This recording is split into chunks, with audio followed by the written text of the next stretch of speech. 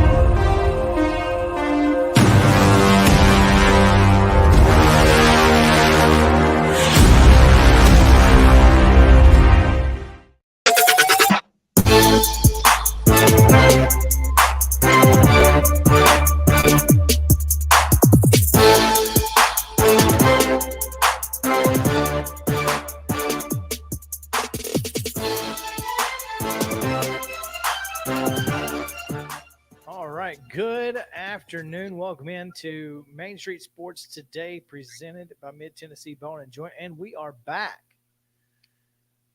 Kind of feels like we've been gone for a week.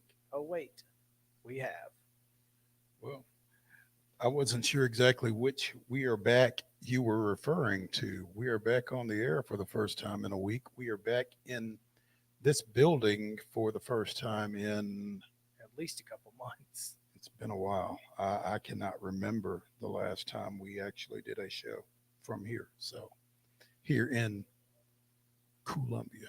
That's right. We're in Columbia in the actual Lee Company studio. And man, we also learned today that white walls are not conducive to a telecast. No, they don't work. Especially with an African American as part of said telecast. Well, I mean, you can't. That's the thing. You can't see me either. But but I do understand. Yeah, but yeah, it's rough. Yeah, it's rough in here right now. Which ain't necessarily the worst thing. We've always said we have faces for radio. Yeah, so right. Luckily for you guys, we've got content. We do have content. You can listen. There's a lot of content too. And let me tell you, trying to come up with, and pare down to what we need to talk about was tough. Yeah, because there's a lot. I mean, a lot of things happened over. And a lot happened since you put the run of show together as well, actually. Yeah. So, I mean, it's kind of it's gonna be an interesting day. We're about to go on a ride, so put on your seatbelts, get in, sit down, shut up, and hang on. That's exactly right. Well, all right. Well, we've got a lot to get to, so let's go ahead and get you some of the results from over the weekend and today's very short schedule, and we'll do that on the rundown. This is the Rundown. High school baseball state championship scores from Thursday and Friday. In Class 1A, Eagleville defeated East Robertson 6-3. That's their second straight state championship, I believe.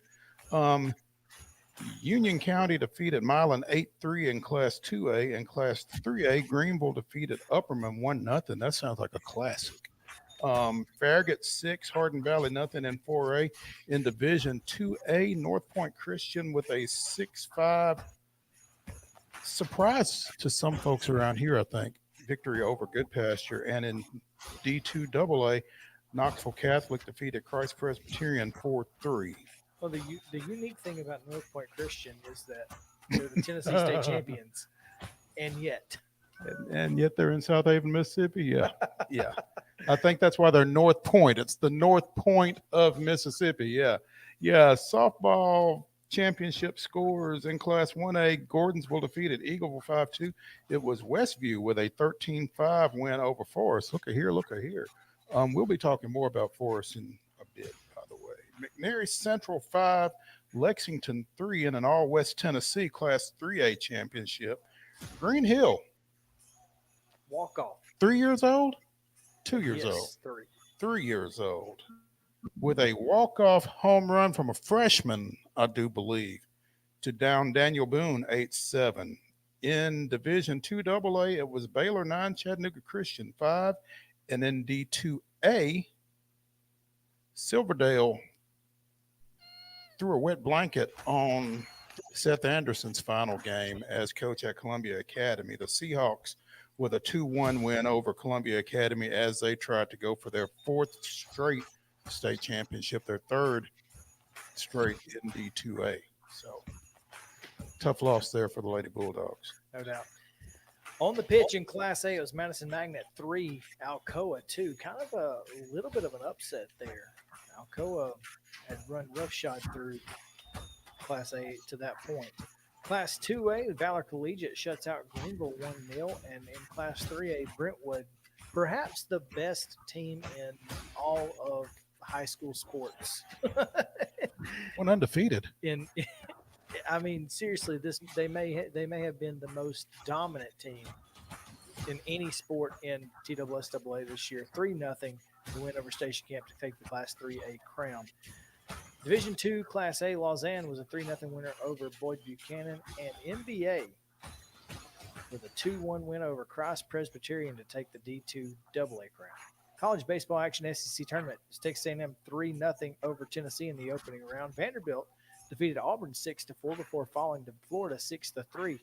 Commodores then come back with 3 straight, though. They beat somebody 9-2. Who did they beat? It wasn't Vanderbilt. It wasn't Vanderbilt. Was it Arkansas? Yeah, could have been. I had the bracket. I no longer have the bracket. Vanderbilt did beat Florida 11-6 and then down Texas A&M in the championship game 10-4. In the A-Sun tournament, Eastern Kentucky defeated Austin P 3-2. It was Stetson defeating Austin P 12-3. Austin P coming back for a 16-4 win over Jacksonville State. That was in pool play, I assume. It was, and Jacksonville had already locked up the 1 seed out of that pool, so they just congrats. Didn't Austin care. P, you won your last ball game. Not everybody can say that. Yeah, right. Liberty with a 12-11 win over Lipscomb. Florida Gulf Coast defeated Lipscomb 6-5. Lipscomb bounced back with a 4-3 win over Jacksonville, then defeated Liberty 7-3 and 12-6 to claim the tournament championship to go with their regular season title. Doubling up were the Bisons. In the Missouri Valley, it was Illinois Chicago 10, Belmont 5, Belmont 10, Valpo 9, Belmont 6, Southern Illinois 5. And was this the championship game that Indiana State defeated Belmont 10-0? No. Okay. But Indiana State did defeat Belmont 10-0, and Indiana State did win the conference I don't know, championship. because that's the conference tournament that had 4 different brackets. Who knows? But it wasn't the championship. I just don't know what round it was in because they had 4 different brackets to choose from. There you go. In Conference USA tournament action, Middle Tennessee State with a 5-1 win over Texas San Antonio, followed by a 7-6 win over Louisiana Tech. Then dropped a pair to Charlotte 12-9 and 9-8 to be eliminated. College softball, super regionals in Knoxville. Tennessee 5, Texas 2 on Friday. Tennessee 9, Texas nothing on Saturday. Tennessee headed to Oklahoma City, first time since 2015. Major League Baseball yesterday. The Cubs with a 1-0 win over the Rays. The Twins defeated the Astros 7-5 and 10. The Royals with a 7-0 win over the Cardinals that had the look of a perfect game, a combined perfect game for some time. I think the Cardinals wound up with 2 hits in the loss. And happy Maple Medics Day to all who observe. Unfortunately, the storybook ending didn't hold up. The Athletics 7, the Braves 2. On the pitch, U.S. Open Cup from last week. Inter Miami Club de Football defeated Nashville SC 2-1, and they will advance to take on Birmingham this week. And in MLS regular season play, Nashville SC takes down Columbus and the Crew 3-1. NBA action last night, Game 7, Heat 103, Celtics 84. Heat advanced to the finals. And in NHL play, Vegas shuts out the Stars 6-0, and they advance to the Stanley Cup finals. Today's Major League Baseball schedule of area interest, and we use that term loosely. Milwaukee goes to Toronto for a 6:07 first pitch. 3 minutes later, the Reds are at Fenway against the Red Sox. Royals and Cardinals continue their series at 6:45. At 7:05, the Rays are at Wrigley against the Cubs. Minnesota's at Minute Maid against the Astros. That's a 7:10 start. And at 8:40, the Braves are at Oakland Alameda County Coliseum taking on the Athletics. Minor League Baseball action. The Sounds open their 6-game series at Charlotte against the Knights. That's a 5:05 start. In WNBA action tonight, the Sky is at the Dream. That's a 6 o'clock start on Twitter. Fever is at the Sun. The Fever just snapped a lengthy losing streak over the weekend against the Dream, I believe. They go to Connecticut taking on the Sun. That's also a 6 o'clock start. At 7 on ESPN3, you've got Minnesota at Dallas. And at 8 on ESPN2, you've got the New York Liberty at the Seattle Storm. And that is your rundown.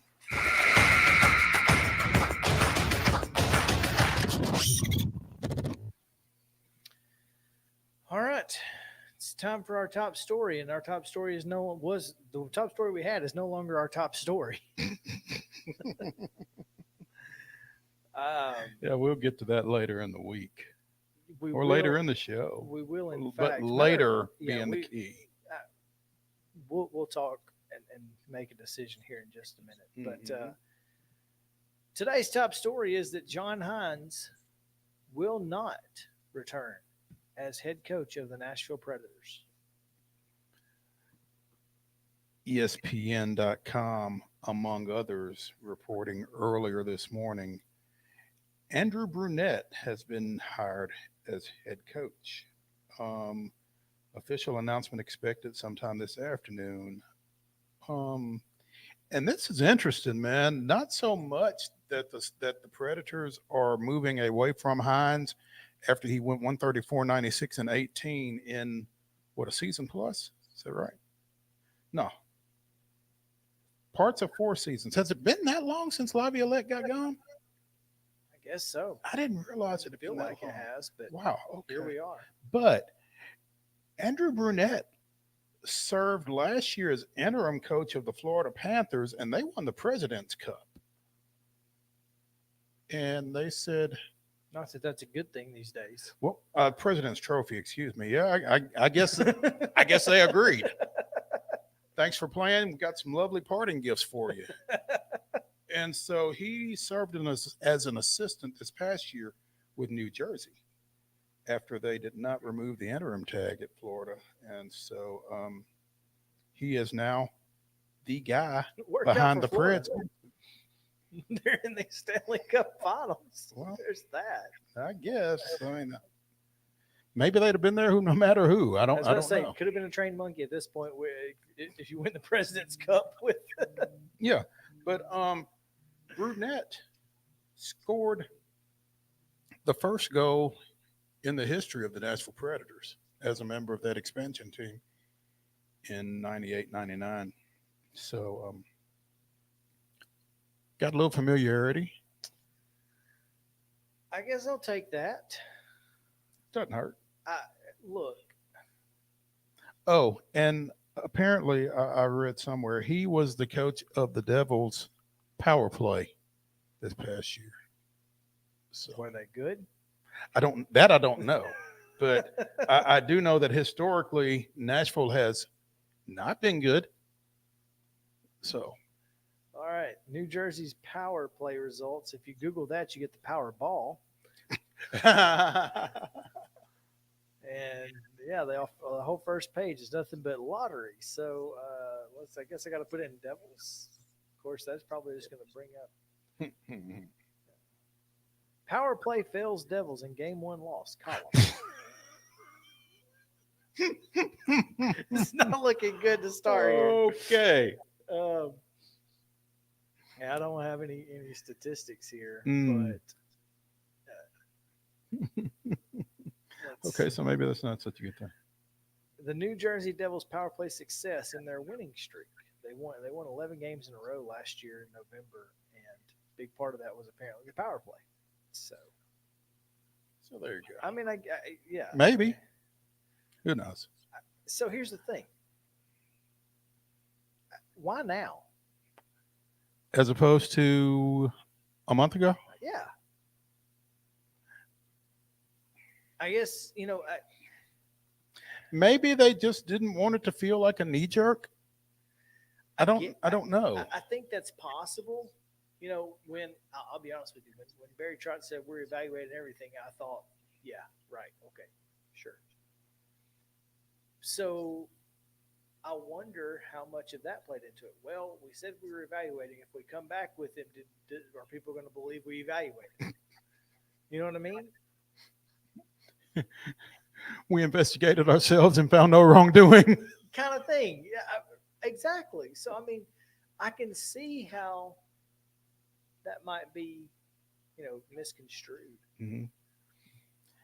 Interesting. I think the press conference when he's announced, I would imagine that question's going to come up. Why now? Because I mean, when was their last game? Yeah, and not just that, but John Hines was in the press conference when he said he was going to be evaluating him at the end of the year. Yeah, which had to be a little discomforting.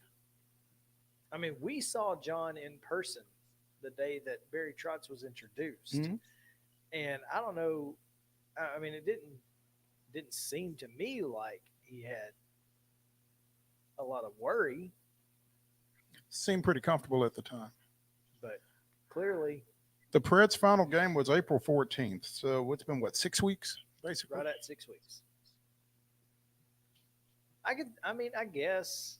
Look, I think you do have to take into consideration, or you did have to take into consideration, the way they played down the stretch after the trade deadline with some of the folks that they had gotten rid of and some of the injuries that they dealt with. And they still were respectable, I think. They won 8 of their last. Oh, they were fantastic. They won 8 of their last 14. And the Admirals are still playing. And the Admirals are still playing. So, I mean, look, you've got young guys coming up, got a new coach, new GM. You've got new guys coming up. You've got new guys that got a taste this year. And this is, I mean, it's a new era for the Nashville Predators. And I think that's a good thing. And it probably needs to be a new era right down to the coaching bench. Sure. I mean, you've got a new general manager. You might as well start from scratch in all of your leadership positions. I would think so. Yeah. So that is, I wasn't expecting to talk about that today. Again, I've been here since 10:30, so I've not been on Twitter since about that time. Mm-hmm. We do have a solid show coming up. We're going to be talking with Nashville Sports Council Scott Ramsey here in just a moment. Big to do, as it is every year this time of year. Mm-hmm. It seems like, about the SEC baseball tournament and whether or not it should move out of Hoover. And You certainly have your opinion. our question is probably one, Where? if not Hoover, where? Mhm. And two, give me the logistics. Don't just throw out a city and say they can make it work. Tell me how How? it's going to work. How? Give me your plan. And so we're going to try to talk to one person about how. And how difficult it would be to make it work. Because if you don't think the Nashville Sports Council has at least thought about it, you're crazy. I They've considered it. I think one, I think it has been talked about more than what we're going to hear in the next 20 minutes. Sure. and I think they probably have more thoughts about it than whatever we're going to hear in the next 20 minutes, because Scott is a very close to the vest kind of guy. And in that position, you have to be. Yeah, absolutely. So we're not going to get full disclosure on this, but I hope we can get some insight into, what he feels like it would take for Nashville to host the SEC baseball tournament, if that were to be on their radar. Yeah, if they even want to. I mean, And the answer may be no. it absolutely could be. So anyway, we've got Chip Walters coming up as well. So you guys stick around with us here on Main Street Sports Day, presented by Mid-Tennessee Bone and Joint. We'll be right back with Scott Ramsey, the National Sports Council, right after this.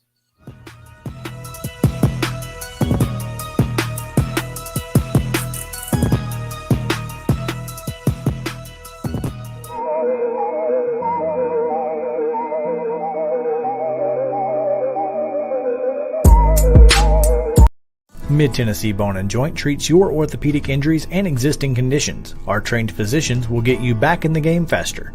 Contact us at 931-381-2663 or www.mtbj.net.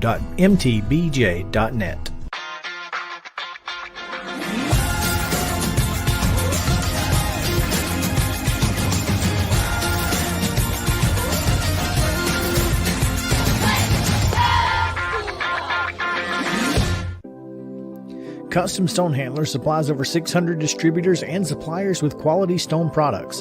Along with River Stone, we produce and distribute over 100 building, landscape, and other bulk products.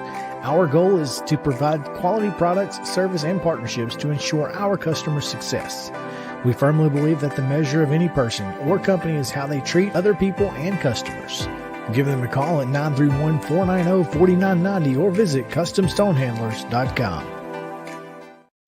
With Lee Company technology, the best handymen are hands-off.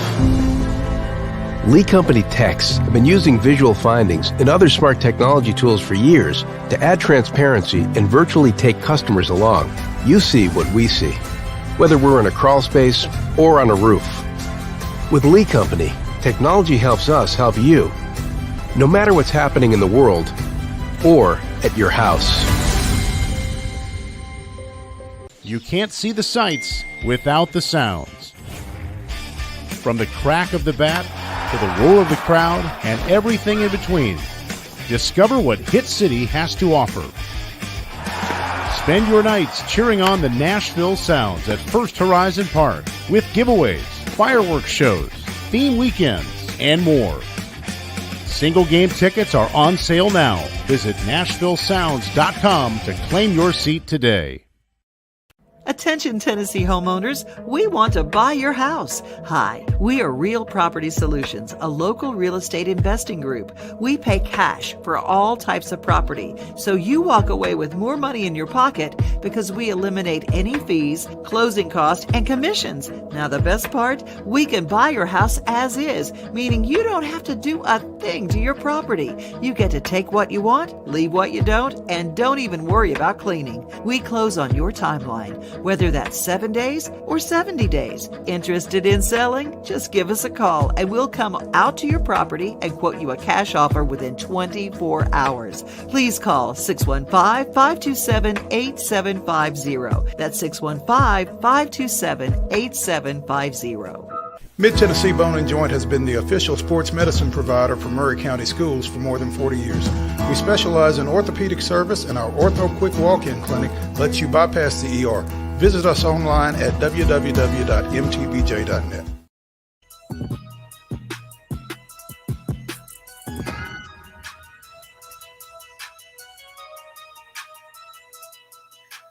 I keep worrying about looking at the camera, Mo, as if they could see me if I was. Welcome back in Main Street Sports Today, presented by Mid Tennessee Bone and Joint. Again, we are this was a renovation that we didn't realize what was going to happen. The Lee Company studio is a work in progress. That is, boy, if we could turn the camera around. Yes. If we could take the camera on remote Oh God. throughout the building, Yeah, it's rough around here. trust right now. us. Just But, take our word for it.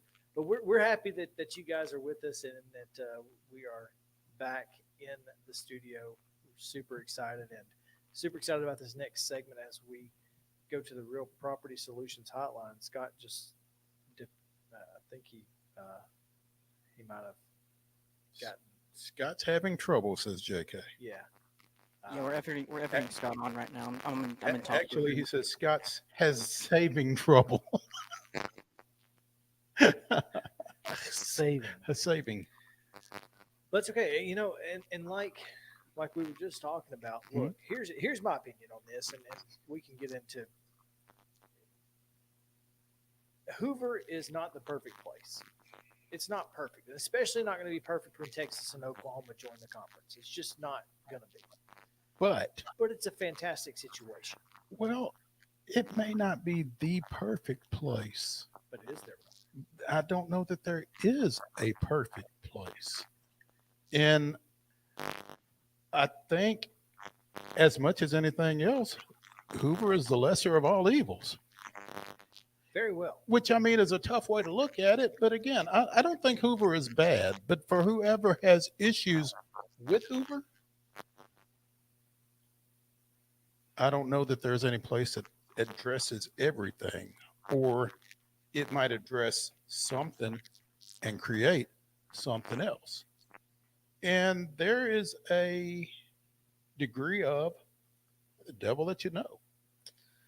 Absolutely. And if Nashville is a part of any conversations in the future to potentially host the SEC baseball tournament, Scott RAMSEY would be the guy kind of heading that up and in charge of that. So we bring Scott in now on the Real Property Solutions Hotline.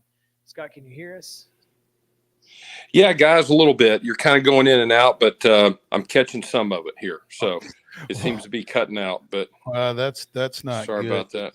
No, that's okay, Scott. We appreciate you taking some time from your destined dig. Scott is down on the Panhandle for the Southeastern Conference spring meetings, spring, summer, Whatever. It's spring right now. Yeah, okay. Summer, Meetings. mid-June. And so we appreciate you taking some time, Scott. We'll try to get around some of the BS. But, when I reached out to you over the weekend, we just wanted to discuss every year about this time, SEC baseball, Hoover, right, Move, all seem to kind of get used in the same phrase with somebody. What are your thoughts about? I think we just lost Scott. There he is. Oh, there he is. I'm here. What are your thoughts about one, the SEC baseball tournament leaving Hoover, and two, about it coming to Nashville if that were to be the case? Yeah, I think a couple things, Mo, on that. Several years ago when it came up for bid, we chased it pretty hard. I think anytime you look at an event of that scope and size and breadth, there's usually things that are more infrastructure driven than actually you would think of that really kind of play into whether or not either A, you're successful with your bid, or B, you can even really compete at the top level with certain cities. And I think the baseball tournament's a good example of that. I think there were 3 or 4 things that were going to be really difficult for us to overcome, and probably still are the same issues that we would face if we went back after it, that Hoover has. One, I think our stadium, certainly, the Sounds, everybody were very supportive at First Horizon. It'd be a great environment for the baseball part of it. But behind the scenes, our press box is extremely small. We were going to try to build and create a separate press box for the 100+ media that typically are at the baseball tournament versus the 6 or 8 typically cover a Sounds game. So that was a space that we had some challenges with. We're a little bit smaller in seating, but that could be overcome. And then secondly, I think when you look at the fan bases that really support SEC baseball, and that's quite a few across the Southeast, the RV community and the fan base that use the RV and can hook up and kind of anchor in there at Hoover was a real part of the planning process that we were trying to be super creative with. And sometimes being creative doesn't mean it's always going to be the easiest plan, but we were trying to move people around. We were trying to create some temporary campgrounds. We're going to shuttle people in and out. But we didn't have that ease of accessibility that Hoover had. And then Hoover stepped to the plate and did several $1 million in renovations to really play that with a fan area there off to, I believe it's right field. So there were a lot of things there that behind the scenes, Mo, other than just kind of the Nashville destination that we felt like was top flight, were really challenges to overcome. And in addition to that, Hoover recently built those 4 practice facilities right there on the campus. Right. And it's not something that Nashville would have. I mean, I would assume that if they were going to practice, they'd have to go to Belmont, Lipscomb, maybe Vanderbilt. But that's a trek to First Horizon from any of those Correct. places. So it just the infrastructure. You're right. It's the best scenario for baseball. Hey, we'd love to have every event in Nashville. And Mo knows that from the 28 years I've been fortunate enough to represent our city. I mean, I don't think there's anything that we haven't taken a hard look at. And there's some that just fit better than others. I can't imagine a city that can match us, for example, with the SEC men's basketball tournament. I can't imagine a city that's that compact, that has not only the arena where you play the games, but the entertainment district, the hotel district, and all the energy, excitement, and atmosphere that we can create during those 5 days, and also be so accessible geographically that the second wave of fans can kind of come in as teams get hot. We've seen that with Alabama last year, with Ole Miss in the past. Obviously, Kentucky and Tennessee have huge bases, but as other teams, Auburn that one year, wave. So, if you look at events kind of where you really have strengths and sometimes some challenges, it doesn't mean that you can't make it work, but to make it work every year, is maybe one that's a tougher fit than some other events. But we'll certainly take a look at it, and I don't think we've ever not at least asked the question of the SEC for any event. And certainly with the new stadium coming on board now, we're thinking of everything we possibly can to bring to the city. Scott Ramsey of the Nashville Sports Council joining us here on Main Street Sports Today, presented by Mid-Tennessee Bone and Joint. He's on the Real Property Solutions hotline with us. And again, Scott, you mentioned the new stadium, and obviously it's for the Titans, but at the same time, I would imagine you were kind of like a kid at Christmas when that finally got approved. Yeah, it really was. I think where our city has evolved to as a sports destination, and certainly, other things that go into that, from the music to the tourism to our downtown to everything. I think, Mo, to your point, it was certainly a huge piece of excitement that everything got approved, and a chance really now to bid on and host some events that I feel like we can host as well as any city in the country that we just weren't able to pursue due to the facility. And that wasn't necessarily anything bad on Nissan Stadium. It just had some elements to it, A, being outdoor, and B, until this year, having grass. That was limiting us. Men's Final Four, for example, we didn't have 60,000 seats under roof to pursue. I don't think the Super Bowl or the national championship college football game or the CFP national championship game, we're going to play in the Mid-South on natural grass and roll the dice on weather with an outdoor game at this point, because they didn't have to.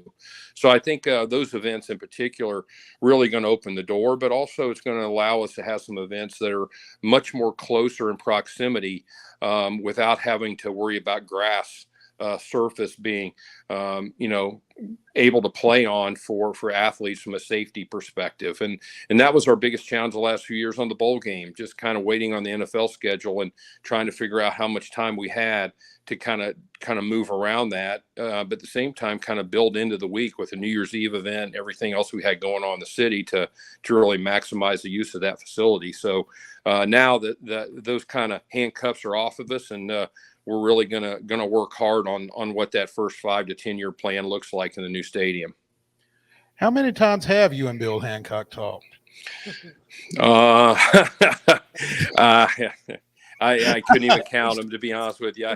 I mean, obviously we've known Bill for a long time. Back when he ran the Final Four of the NCAA, we hosted first and second round several times, and he and Byron Hatch, now the COO, Byron ran the basketball tournament for the SEC for many years, and he's a good friend. So, I think, as you would suspect, everybody knows Nashville. Everybody has seen the events that we've done. And now that we have a facility to kind of put that energy and excitement in a campus kind of setting of downtown Nashville, which again, I think that's our asset that really separates us. Geographically, we're obviously easy to get to. We're in the central time zone, but more importantly, I think we can create energy and excitement in downtown Nashville that not many cities can do that compactly.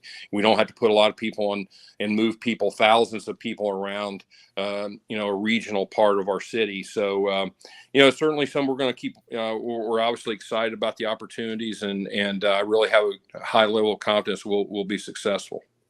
Back to SEC baseball for just a second. Take your Nashville Sure. Sports Council cap off for just a second. If not Hoover, if not Nashville, where? Where makes sense? Well, I think if you look around the country, Mo, on other conference tournaments, they've had a tendency to move them around and try to use major league ballparks, very similar to, what you've done with other sports. So, I would certainly think, if you're the SEC, and I would, and I'm not, and I have no inside information here, but I think you start looking at what's the really great experience for the baseball players or for the athletes. And Hoover is, I think, the best setting for the fans, in given how those fans travel and what they look for.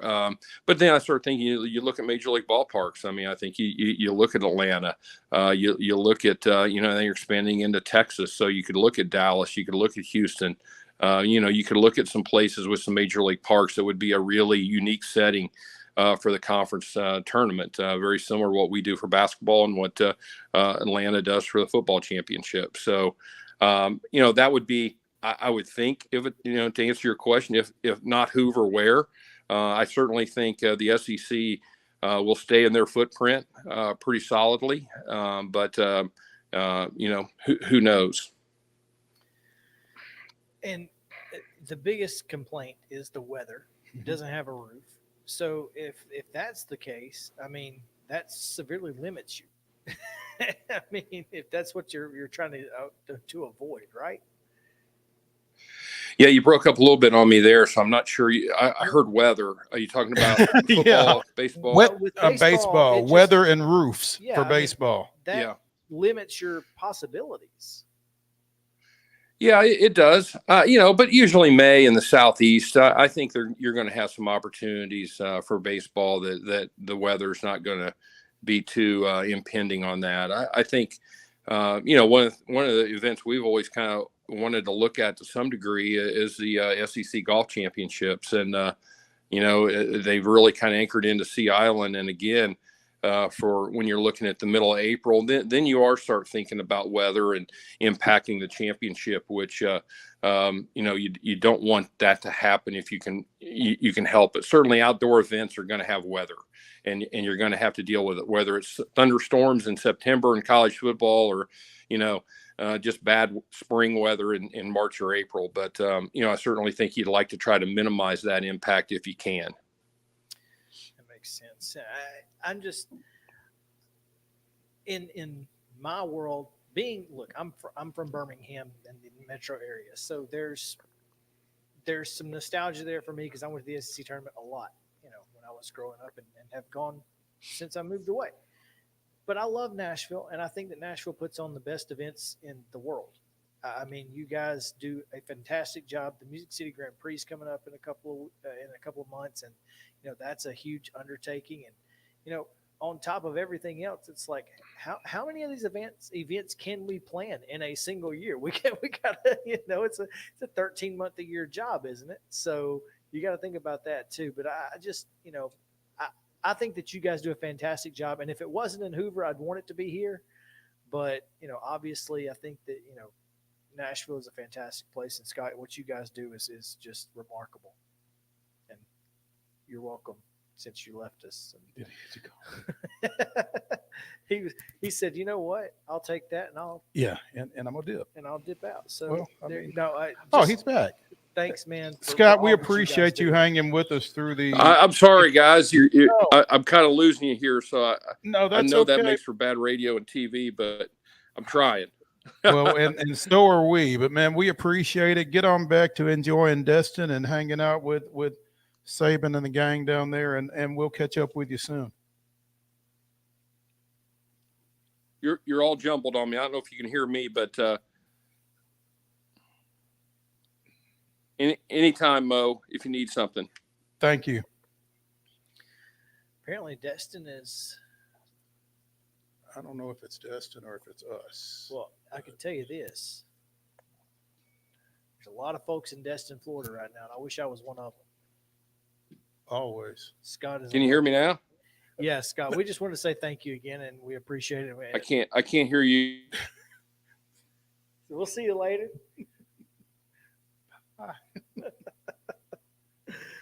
Oh man.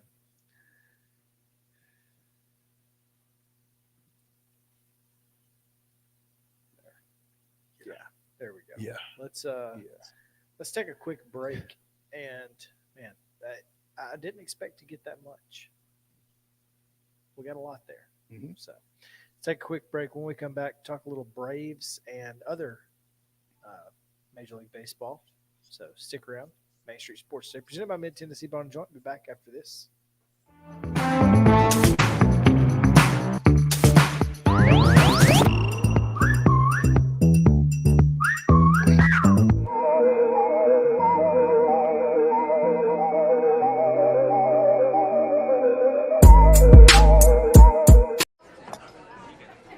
You've been putting back a few, and a few becomes a few too many. For a moment, you think about calling for a ride. Nah, you live nearby. What's the worst that can happen? You get pulled over, your insurance goes up, you lose your license, you total your car,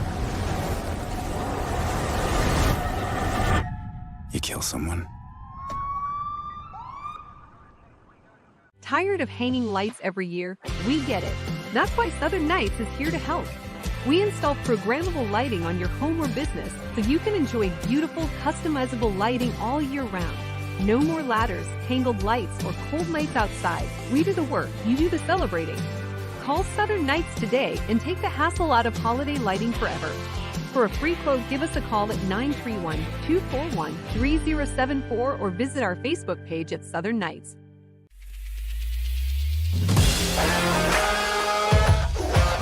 Hockey in Music City just hits different. It's one big honky-tonk party. It's the sea of gold in the crowd, the goals, the saves, the celebrations.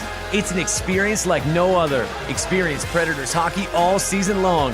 Visit NashvillePredators.com/season tickets and join the Loyal Legion today. That's NashvillePredators.com/tickets, and we'll see you at Bridgestone Arena. There is nothing better than drinking an ice-cold beverage while taking in a Nashville Sounds baseball game. Hi, I'm Stephanie Miller with Mornings on Main Street. The Nashville Sounds and Main Street Media Television have teamed up to promote Sunday Family Fun Day here at First Horizon Park, each Sunday home game. Just go to your favorite Main Street Media website and click on Sounds Main Street Media Day banner to register to win free tickets. And then we'll see you here at the ballpark.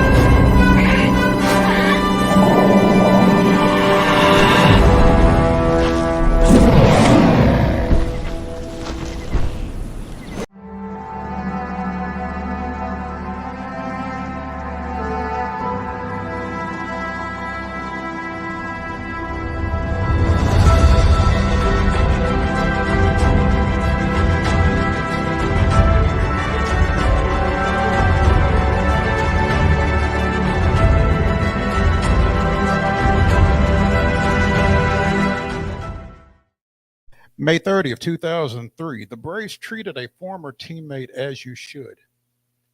Gary Sheffield, Julio Franco, Mark DeRosa, and Chipper Jones each hit solo homers off Tom Glavine, who gave up 5 runs in 7 innings as Atlanta won 5-2 against the host Mets. Jones and Franco each went 3 for 4, and John Smoltz struck out all 4 batters he faced for his 20th save, and the Braves moved 20 games over 500 at 37-17 with the victory. That was this day in Braves history. They didn't get caught up in, we love this guy. You know, took him to the cleaners. It's just another guy. Tom deserved it, I'm sure. Tom deserved it, I'm sure. I don't know why he deserved it any more than more recent departures. One, he's a pitcher. You got to face him every pitch. Somebody tweeted something about Dansby last night, and it just kind of got on my nerves. I'm tired of it. There are Braves and there are ex-Braves. It's funny because Dansby, I think maybe this is the tweet you're talking about. It's like he had 100 and some odd million reasons to go to Chicago, but winning wasn't one of them. I did not see that, but I mean, you know, I'm not mad at Dansby. No. What, 8 years, 177? Good for you, buddy. Yeah. Well done. Well done. And Good your for you wife's and for happy. your agent. And your wife plays soccer for the local soccer team there. I mean, good for you. Atlanta wasn't going to give him that. Again, as we've said ad nauseum, I'd have been pissed if they had. There are some that feel like Atlanta should have given him that. I don't know what the basis is for that. At this point, I think it would have been irresponsible. Yeah, I mean, you're getting just as much, if not better, production out of the current shortstop, and he's. And I mean, you couldn't know that at the time, obviously, but still. I mean, could you? You couldn't know that Orlando Arcia was going to be what he's been. I mean, some of the concerns about Orlando Arcia as shortstop, I could get. You know, he hadn't played the position in a couple of years. He's been more of a utility guy because Dansby was playing 162. But he had some good years in Milwaukee. He did. And here's the thing. You knew he wasn't going to be as good defensively, and he's still not as good defensively. Based on what? Well, he's just not. I mean, his range isn't as good. What have you seen him not get to? I mean, what have you seen him not do defensively? Well, he's got twice as many errors as Dansby Swanson does right now. But that's, again, he's not going to be as good as Dansby Swanson defensively. He's just not. His arm isn't as good as Dansby's. But anything that he lacks defensively, he more than makes up for offensively because he doesn't go in those Dansby slumps. And I think that's the most important thing is that Orlando Arcia gives you so much offensively that Consistently. That's the thing. I mean, yeah, Dansby might hit 289 and hit 28 homers, but he's going to do it in a 2-month span when you don't necessarily need all of them. I mean, I need you to be good for 162, especially if you're going to play 162. So, look, Orlando is a fine defensive player. Orlando Arcia gives you everything you need out of a shortstop. He is a good defender, and I'll tell you, I've been impressed with Riley.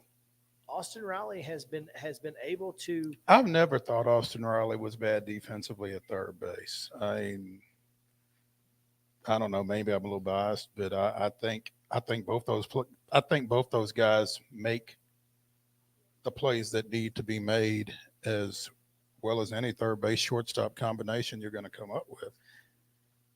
Sometimes Austin's exciting plays would be routine for a better third base, but that happens in center field sometimes too. You know, like that's one reason that a lot of people hate on Andrew Jones, but Andrew made plays that would be very difficult for other people to look routine. And that's okay. Look, it's okay to be average defensively. Mm-hmm. I'm okay with average, especially if you produce on the offensive side. And that's what I like. That's what I love about what Orlando RC has done. So it's completely off the subject that we probably need to be talking about. But yesterday, what you saw out of the Braves was not much. Well, it was. Tell me it wasn't jet lag. You played the night game. Ask me at 11 o'clock tonight if it was jet lag. I mean, even still, you don't get over jet lag in 24 hours. Well, I mean, you're a Major League Baseball player. I mean, it kind of comes with the territory. But Sure. but what also comes with the territory as a Major League Baseball player is nobody expects you to go 162-0 unless you play for the Atlanta Braves. I think Frank expects the Mets to go 162-0 every year. Yeah, well, I'd like to think we're a little bit more grounded based than on Frank. what? We we are, but Braves. Well, I'm not even sure you can say we, but anyway, I've been very good this year. Thank you have been very good this year, and I'm not sure what happened, but hey, we'll take it.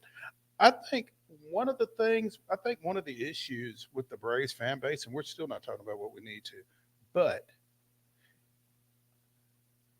so much of the Southeast is college football country. And everything is based on 11, 12, 13 Saturdays or whatever. I divided 162 by 12, and I came up with or by 13, I think it was. And it's 12 point something. So, I mean, it takes 12, 12 and a half, 13 games in baseball to make one college football game in terms of your schedule. So, as long as the Braves don't lose 12 in a row, remain calm. All is well. Pump the brakes. Yeah.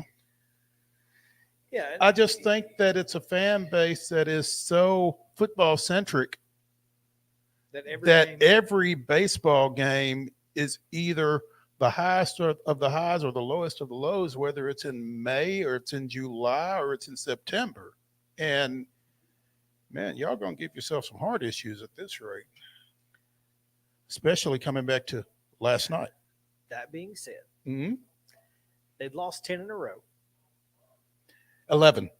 They had lost 11 in a row. Okay. Yes. They had lost more games in a row than they had won all season. Yes. And, but they're still major leaguers. They drive Mercedes too, right? No, and the reason seriously, I mean, I know that they play in the major leagues, but would they be major leaguers in any other franchise? How many of them would be on the major league roster if they were in any other organization? Maybe 5. The dude that pitched last night, Paul Blackburn. One time All-Star. Well, that's because every team has to have an All-Star. But no, I think he pitched really well last year. He pitched really well last year. So, him, Kemp, maybe Langoliers, maybe. Then the dude that hit the home run yesterday. That's 4, and I don't know that anybody I don't know. else They've got the major league leader in stolen bases. That's him, isn't it? No, he's not the guy that hit the home run. The first baseman is the one that hit the home run. Noda. Yeah, Noda hit the home run. Noda hit the home run. No, Estuary Ruiz. Okay. Is the guy in center field who leads the majors in steals. Okay, so there's 5. Whoever the reliever was came in and pitched like he was freaking Nolan Ryan. I looked for J.J. Bleday, but between the grill and cleaning up and other things, I didn't necessarily see him. He went 0 for 3 before Brent Rooker pinch hit for him. Rooker was AL Player of the Week 1 week in April, I think. He's got 11 home runs. I mean, he's a guy. And, much as I hate to admit it, Chris, you might be right. That might be about it. I mean, it's not, and I'm not trying to throw shade at it, but this is that's their organization's goal right now is to play AAA players or really Close to quad A players, really. Yeah, and that's not their fault, but this is the equivalent. If we're talking college football, this is the equivalent of Alabama losing to Middle Tennessee State. It kinda is. You get the best record in the National League, and you just lost to the worst team possibly in the history of Major League Baseball. 11-45. Now, I understand. Michael Soroka. I thought he was solid. I think he had one bad inning. Well, for a guy who had not pitched in more than 3 years, I thought he was terribly solid. I mean, and his one bad inning wasn't really a bad inning. It just, it gets away from you, and that's okay. He struggled at times with location, but that's to be expected when you're back in a major league ballpark. I mean, his next start will be better. His next start will be better, and the one after that will be better than the one And before. and he's going to get those starts because he's not going back down. No, he's here, and thank goodness. It's one less bullpen game. To me, and the bullpen is the problem right now. Someone said, I think it was DOB. He said that Braves still would have lost 4-2. And I hate that, but that's because not true. It's just the complexion of the game. I mean, 4-2, your at bats are probably going to be a little bit more competitive. Oakland probably doesn't put the same people out there. I mean, a lot of things change, if not for that 3-run eighth. Yeah. So you go the ninth inning down 2 is, especially against a team who's struggled, is a lot different than down 5. Yeah, because they're wondering when's the other shoe gonna fall. Right. Exactly. Yeah, I mean, there's a confidence level if you're the Braves going into the top of the ninth down 2, and there's a lack of confidence if you're the A's going in up 2. How are we gonna blow this? Yep. How do we blow it? We're 10-45. We're not supposed to be in this ball game. Yeah. And even if they're major leaguers, given the season that they've had to this point, that's got to be a thing. Oh, there's no question. It would be for me. Yeah. So and that's kind of that's one of my issues with this team and organization is they do give, and mainly Brian Snicker, they give up too quickly. But then I also get frustrated when he throws, Iglesias in the ninth tied. And I'm like, crap. Well, but on the road, you almost got to throw him in the ninth tied, or else you're not going to throw him. On the road, I'm sorry, at home. Excuse me. Yeah. But still, like, it's just a weird dynamic that this team deals with, because I'll be honest with you, I expected trouble yesterday because that's what this team does. They go into games with organizations and teams that they have no business being anywhere close to. And this is the kind of stuff that happens. It happens all the time. And not to mention playing Sunday Night Baseball the night before and at home and taking a cross-country trip. Now, Soroka was already there, thank goodness. Mm-hmm. So was Brandon Gaudin and Peter Moylan, by the way. Were they really? Yeah, they all flew that's out. right, because they didn't have to because be it there was for Sunday night. Yeah, so that's funny. So you probably got top-level performance out of the broadcast booth last night. Well, Moylan might have slipped a little last night with a shin burger. Yeah, he said shin burger, but with his accent, it certainly sounded something. Well, different. you can't penalize him for being Australian. No, you can't. But they were fantastic, and as they have been all year long. Mm-hmm. I've thoroughly enjoyed watching Braves games and not having to, wish I was listening to Ben. Right. And I love listening to Ben, no question there. But yeah, Braves and Athletics again tonight. 8:40. Who got? That's what I was just about to ask. Elder on the I bump. knew it was us. I knew Elder for the Braves, but Sears. someone I'm sure nobody's ever heard of. JP. Sears. Not related to any other JP. John Patrick.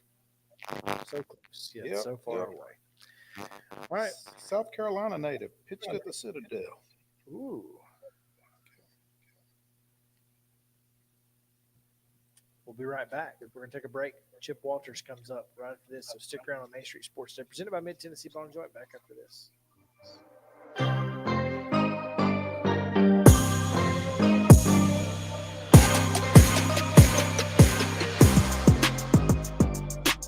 Mid-Tennessee Bone and Joint treats your orthopedic injuries and existing conditions. Our trained physicians will get you back in the game faster. Contact us at 931-381-2663 or www.mtbj.net. With Lee Company technology, the best handymen are hands-off. Lee Company techs have been using visual findings and other smart technology tools for years to add transparency and virtually take customers along. You see what we see, whether we're in a crawl space or on a roof.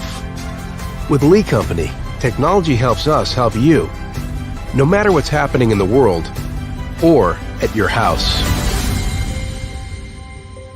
Jones & Lang Sporting Goods here in Columbia has been outfitting teams, officials, and anybody else from T-ball to college for 50 plus years. Be sure and check them out at 931-388-8060 or online at jonesandlang.com. Jones & Lang Sporting Goods, the look of a winner. Zion Christian Academy, zioneagles.org or 931-388-5731. You can schedule your appointment. Go tour their campus. It is beautiful over there, and you're definitely going to want to see it. Again, it's zioneagles.org. Give them a call, 931-388-5731, and schedule your tour today. A game without a crowd is just a scrimmage. A performance without an audience is just a rehearsal. Without your presence, high school sports and the performing arts aren't possible. Ensure that these essential extracurricular activities continue to enrich the lives of students in Tennessee. Purchase a ticket to your local high school's game or performance. This message presented by the TSSAA.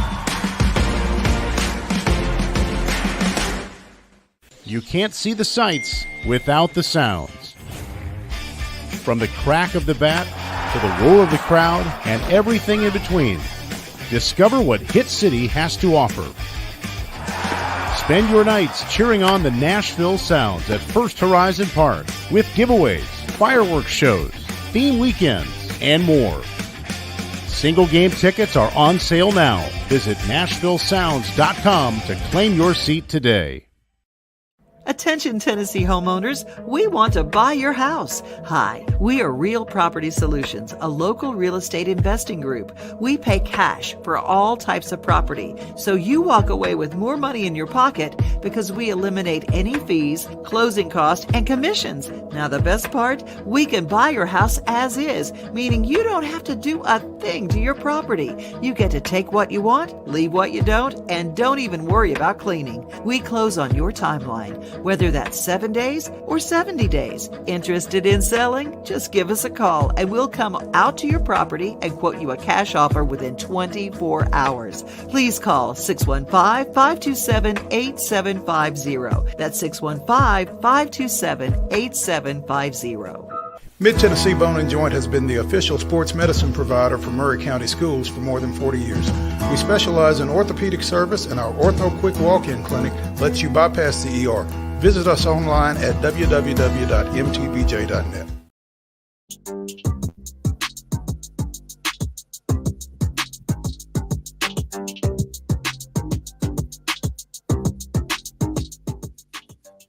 Welcome back in Main Street Sports Today, presented by Mid-Tennessee Bone and Joint. Chris Yow and Mo Patton here with you in the Lee Company studio. I'm glad to be with you as always. And it is Tuesday, which means that we get to talk with our friend Chip Walters. And I got to see Chip a couple of times last week, although I never got to finish the story that that Joe Williams was telling me. So I'm looking forward to finishing that sometime. But Mm-hmm. Chip, how are you? Doing okay, and I saw you guys had a chance to talk to Mo a couple of times on the air last week, and appreciate. I apologize for standing you up on Thursday, though. Oh, it was duly noted, but that's okay. I tell you, Thursday afternoon gets a little tough doing that show, because by Thursday afternoon you've whittled so much down that you're trying to fill time, and interviews do come in handy. But I got to thinking about it a minute ago.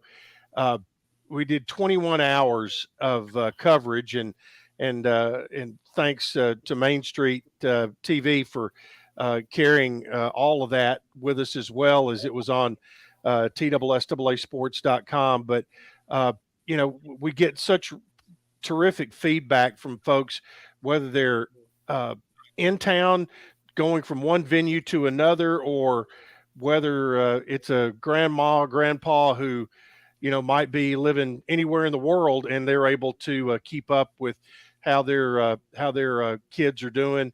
And so it's a tiring deal. I counted it up with 21 hours. That meant that I did one more hour of Spring Fling HQ than I did coaches shows with Rick Stockstill and Nick McDevitt combined this season.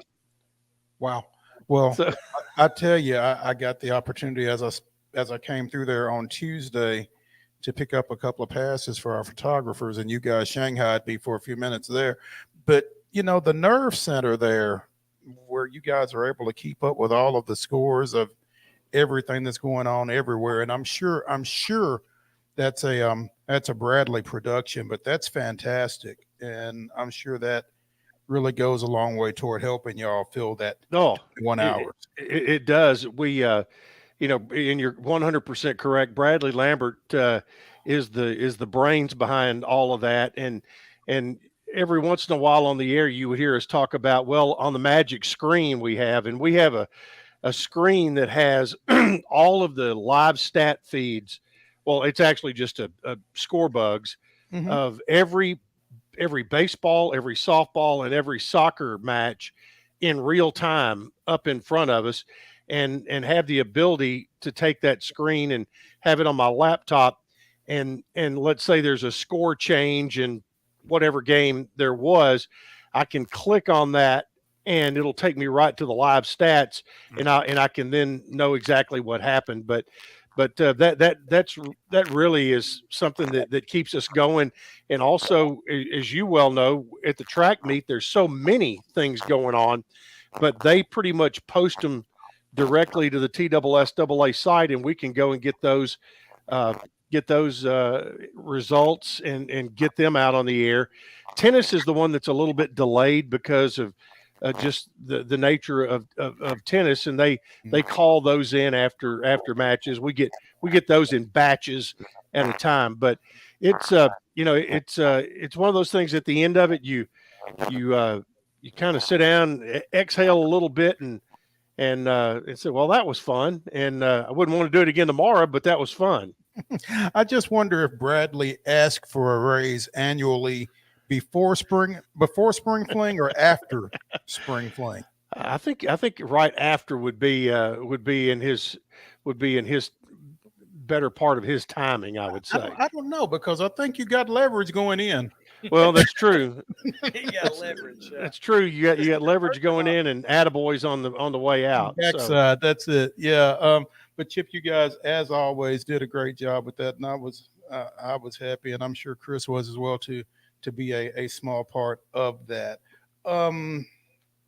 We didn't get to talk, obviously, about the softball team's trip south a couple of weekends ago. That was so close to being, a magic moment for them, but and that pretty exciting.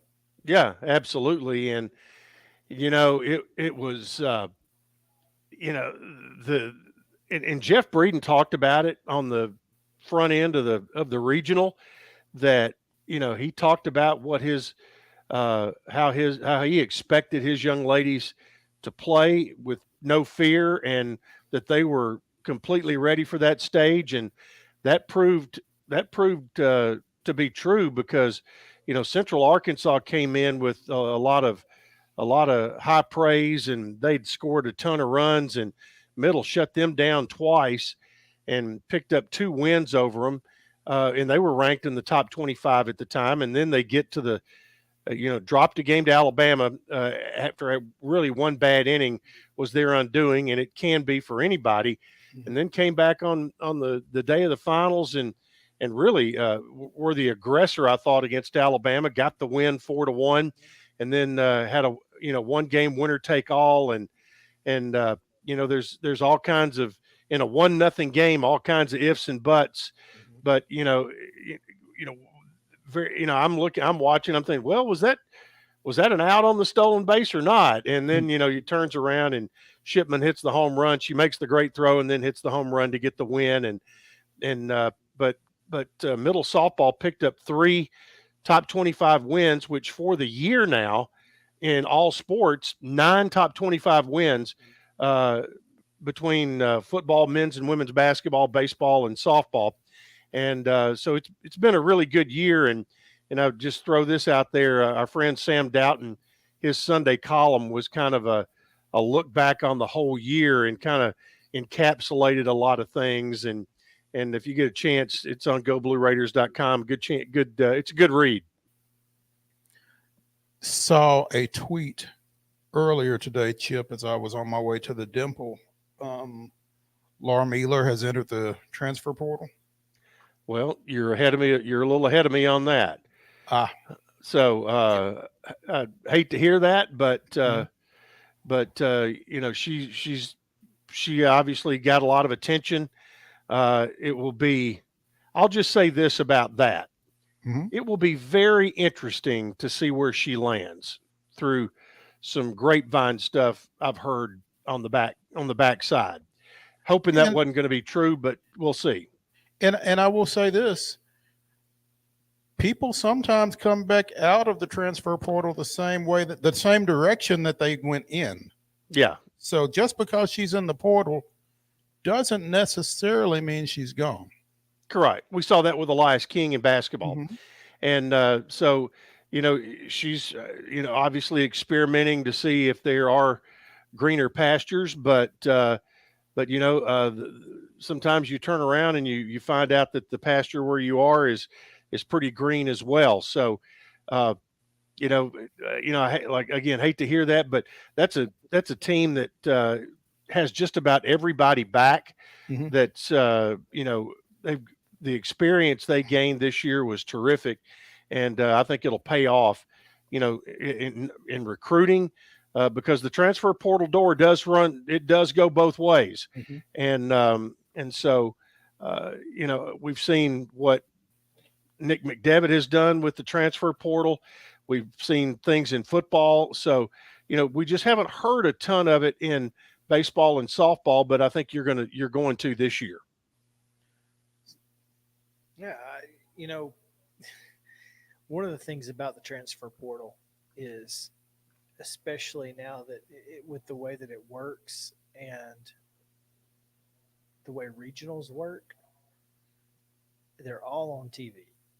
Right.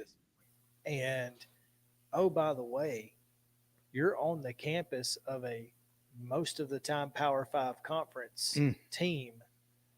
And it's almost like it's a recruiting weekend for them, isn't it? And that could potentially be an issue going forward. Yeah, and we're all hearing things. Okay, what is going to be, what's going to happen with the transfer portal? Or are they going to, try to tweak it? Same thing with NIL and all that. We just don't know yet. But the timing. And I'll give you one, for instance, in tennis. On Oscar Broston Solstrom went into the transfer portal. He went into the transfer portal the day it opened, the day of the NCAA selection show. and he decides to go into the portal and you know, and how and knows where he's going. Well, how does that happen? If there's not supposed to be any contact before the portal opens, but when he announces he's going into the portal and says where, there's something going on there. That's pretty rough. Yeah, So, I think that would certainly give cause for speculation. So anyway, and I'm not just saying tennis. I mean that's and you, everywhere. well, you know, and that was the biggest topic that came out of the SEC meetings last week was tampering, and Pat Narduzzi at Pitt has not been shy in one iota about certain schools, including Lincoln Riley and USC, but he's kind of came out and put everybody on notice that if he finds it out, he's going to tell it, and good for him. Yeah, good for him. Exactly.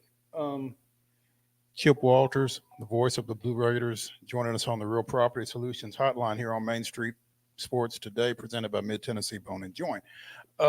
Chip, not to be outdone by the softball team, baseball team put on a show this weekend in the Conference USA tournament as well. Well, they did. They became the first time Middle's won their first two conference tournament games in 17 years since 2006, and first 7 seed to be in the semifinals in 4 years, and ended up, came to Saturday, and you're 2-0, and you got to play Charlotte, who there's just no question that is not a good matchup for Middle. Cam Fisher, big slugger for Charlotte, who ended up leading Charlotte on to the conference title over Dallas Baptist. He came to the plate on Saturday between the two games 10 times, reached base 10 times, and just could not get him out. And that includes, I think he walked at least 2 or 3 times. I think he had 4 home runs on the day on Saturday. He's got over 30 now for the season. And it was a double by him in the top of the 9th, or the bottom of the 8th rather, that gave Charlotte a 1-run lead in that elimination game that vaulted them into the finals. And for Middle, they got off to a great start, got a terrific pitching performance from Eric Swan, who has now put together about 3 or 4 in a row and is getting a lot of looks. And when you hit triple digits and you are his size, whenever he pitches, there's a lot of folks looking. So here in a few weeks, you might hear his name called. Okay.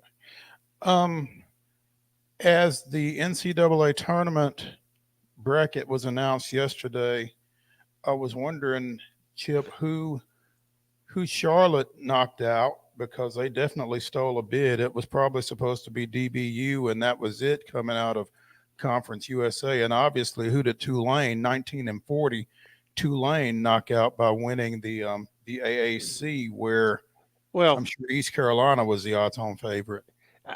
To be honest, I don't think Charlotte was really a bid stealer. I think Tulane obviously was, because, they had 40 losses on the year. And you look over time, typically the top 2, maybe sometimes 3 in Conference USA are going to get bids. It's been a multi-league bid for a number of years in baseball.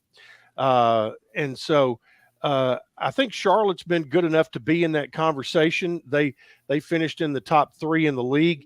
I think FAU probably, had they won a single game in the tournament, or rather UTSA, I should say, had they done anything, had they busted a grape at all, they probably would have been in and so you would have had 2 in there anyway. So I think if Charlotte stole it from anybody, they stole it from UTSA, who basically put it on a platter and said, "Take it."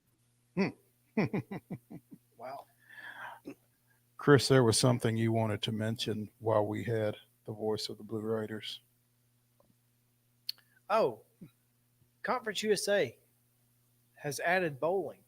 The Middle does not have a team. That's correct. Any chance that might change? I don't know.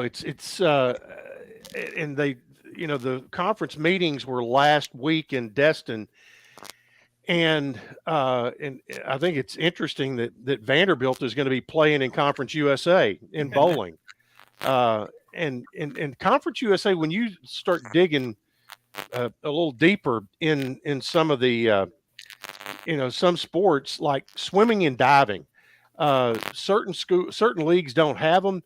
So Conference USA does, and it's really interesting when you look at the teams that compete in swimming and diving in the league. And now bowling is going to be the same way.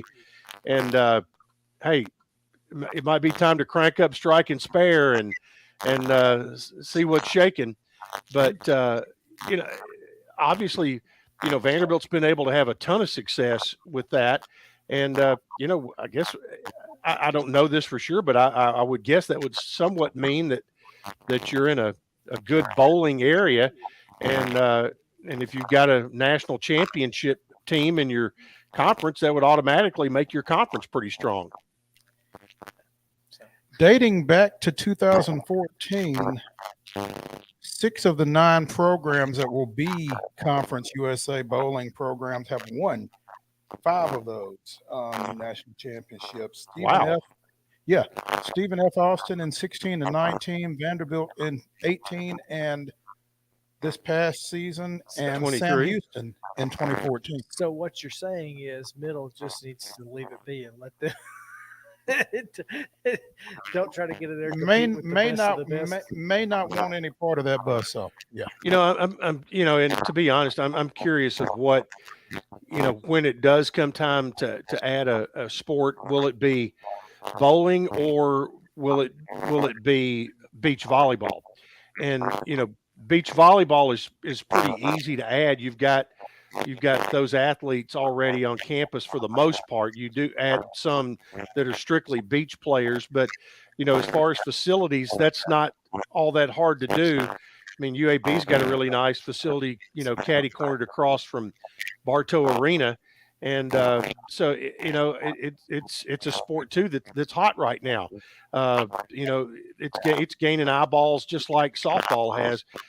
I'm not sure it's exploded quite like college softball has, but there's a lot of folks out there that like it. Hayden Beach has a facility here in Spring Hill that is just phenomenal. Like 8 courts. It's really, really nice. But it takes me back to when Alabama was adding a sport and they had the choice between rowing and equestrian. And they had the conversation about, okay, what do we need to get equestrian going? Well, we're going to need stables. We're going to need land. We're going to need horses. What do we need for rowing? A boat. Rowing it is. And the thing is, too, crew was a sport that across the country that when schools had Title IX issues as far as balancing the number of scholarships, that crew became the fix-all because it's unlimited on the number of scholarships you can have. Okay. Chip, as always, we appreciate it. We're going to let you get out of here. Conference USA. He's holding up a finger. Oh, go ahead. Keep an eye on Twitter in the next couple of hours. That's all I'm saying. You got it. Well, all righty then. We've never not kept on Twitter. Though. Right, but we'll probably keep both eyes on. Yeah, there you go. Yes. All 4 of them, as a matter of fact. We Thank appreciate you, it, Chip.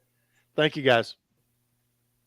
It's Chip Walters on the Real Property Solutions Hotline. Real Property Solutions will buy your house as it is. Just give them a call. 615-527-8750 is the number. And you can take what you want, leave what you don't. Don't even worry about cleaning. Just give them a call. No top 5 today, but we do want to mention, of course, our top 5 sponsor is Mid-South 5 Fitness, Stylist Steel, the fine folks over there at Mid-South 5 Fitness, SteelAthletes.com, and at SteelAthletes on Instagram. Make sure to go check them out. Just too much content, and I wanted to get into a little bit of what we're going to be doing this week. We're going to have more. We're going to win women's college softball World Series conversations later this week, probably tomorrow. Matter of fact, as it gets cranked up with Tennessee and Alabama at 11 a.m. on Thursday morning. So we'll want to talk a little bit about that tomorrow. We've also got followed by. I've got the schedule. Hang on just a second. Oklahoma and Stanford and Oklahoma is the second game. Oklahoma State, Florida State, and Utah, Washington. So you started with an all SEC matchup. You ended with an all Pac-12. So all 4 of the first round matchups are games that have been played already this year. Everybody that in the first round has played each other already. So Oklahoma State and Florida State have played? That's wild. It was very interesting how we got to this point. Huh. But we'll have college regional thoughts. But before we get out of here, I wanted to read a statement from Pete Hughes. You saw that too, huh? Because listen, how many times have we had the same conversation? Head-to-head doesn't matter.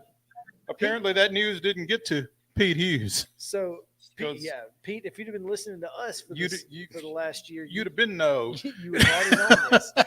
But Pete Hughes, who is the head baseball coach at Kansas State, basically said, look, our team was robbed. The committee overemphasized RPI, which is a flawed metric, and the regional disparities of RPI are glaring and were still used as a tool to form, shape, and make decisions. The most important criteria that has zero gray area is head-to-head competition. It's definitive. Someone wins and someone loses. We were left out in place of 2 teams that we finished ahead of in overall conference play and also 2 teams we beat head-to-head. Why play the games if records are not valued? When did we stop rewarding winning? It's inexplicable and disappointing. Our players and community deserve better. Hang it in the loop. Well, you hang it. You literally buried the lead.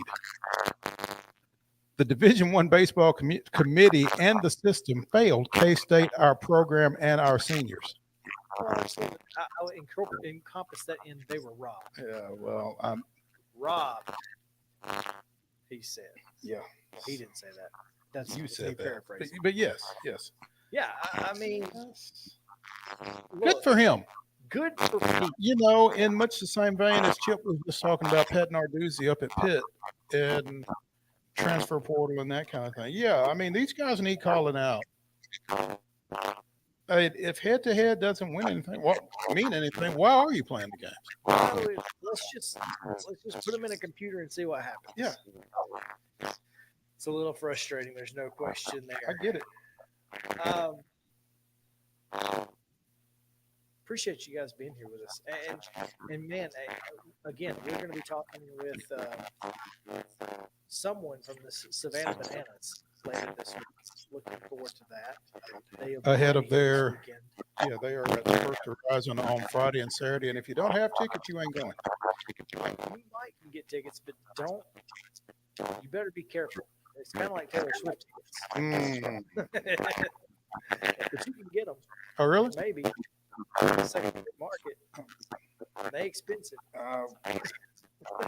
Mess with that. Catch them next time. They'll be back. They will be back.